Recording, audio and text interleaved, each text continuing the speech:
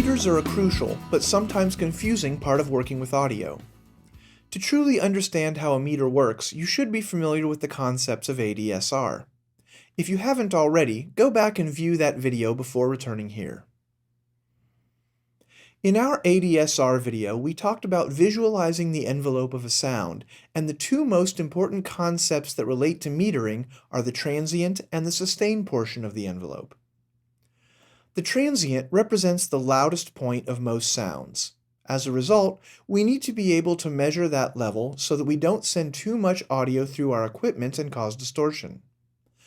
To do this, we need to look at a peak meter. Peak meters react very quickly and allow us to see how loud a sound is at its loudest. This is very helpful when setting the levels of our equipment or our plugins. Unfortunately, this type of meter doesn't correspond well to the way we actually experience sound. To see that, we need a meter that monitors the average level. You may also see it referred to as monitoring the RMS level, but RMS is simply a technical term that basically means the same thing.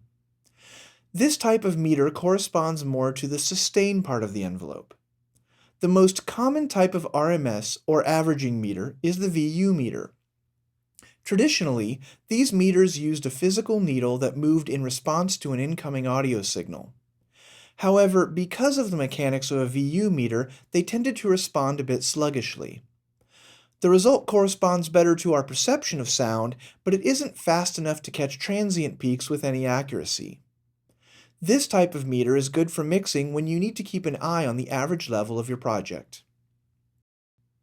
For many years, the VU meter was the only type of meter that was available until digital technology made the peak meter possible. But while each has its use, it was inconvenient to have to reference two different physical meters.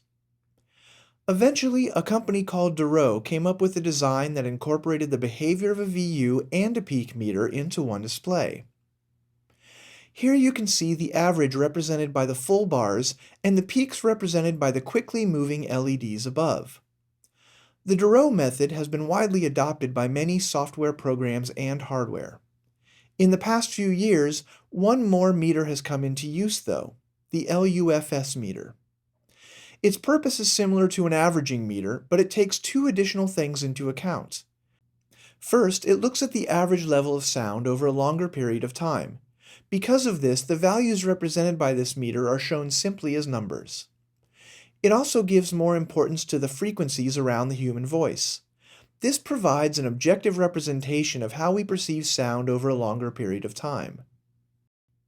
Here, I have created two tracks using the exact same audio file, except one file is subject to a 6 decibel cut in the vocal range. When we listen, we can hear that the second file clearly sounds quieter. The pre-song's getting along, and just the pre-song's getting along and doing no wrong. Despite this discrepancy, you can see that the VU meters are showing the same result. When we look at the LUFS meter, however, we see a lower level on the file with the EQ, which reflects the cut to the middle frequencies. This lets us know that we have to boost the second file by 2 decibels for our audience to consider the two files at the same level.